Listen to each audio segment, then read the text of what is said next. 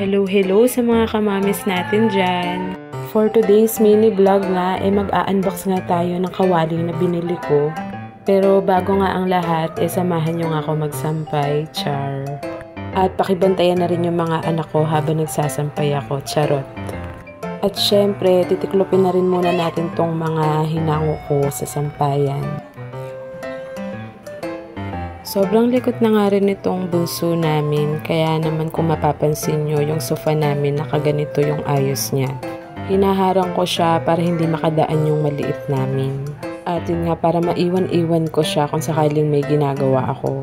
Yun nga lang, habang tumatagal, natututo na siya umakyat sa sofa, kaya ibabalik ko na sa dating ayos yung sofa. At ito na nga guys, mag-unbox na nga ako ng kawali na binili ko. Sobrang ganda ng kawali na to mga mi. Actually, yung unang mga brand na nakilala ko is yung Karote, tapos yung Red Chef. Hindi yung mga brand na una kong tinitignan kung yun ba yung bibilin ko na non-stick pan. Pero yun nga, nag-search ako, tapos nakita ko tong Gaubus. Hindi ko sure yung pronunciation na basta Gaubus. At dito nga ako mas nagandahan, kaya ito yung brand na binili ko. Sobrang ganda ng pan na to, ang ayos-ayos din ang packaging niya nung pinadala ni seller. At may free pa siya na sandok, o diba? At hindi talaga nakalimutan ni seller na ilagay yung manual niya. Yung iba kasi, hindi ko alam kung tinatanggal ba nila yung manual o wala talagang manual yung product. Etong isang nasa box is wok pan. Bukod ko nga siya chinek out kaya nakahiwala yung box. Ikaw na rin yung mag-i-install ng handle niya kapag ka binili mo. At ito nga siya mga mi, iisa-isahin ko ulit siya.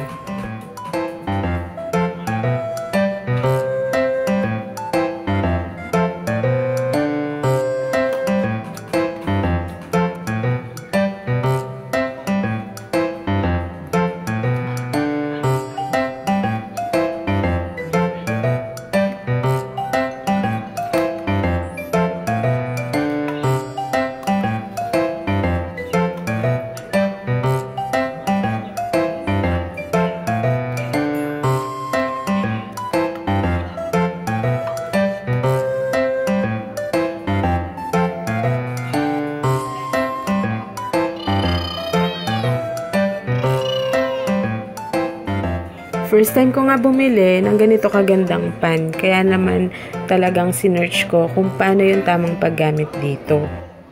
Minsan na rin ako nakabili ng non-stick pan pero di ko nga siya naingatan dahil sa maling paggamit.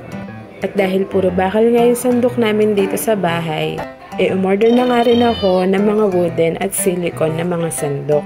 So, ayan nga mga mi, kung gusto nyo nga ng ganito kaganda na pan, ilalagay ko yung link dyan sa comment section. Ayan lamang, thank you sa panonood!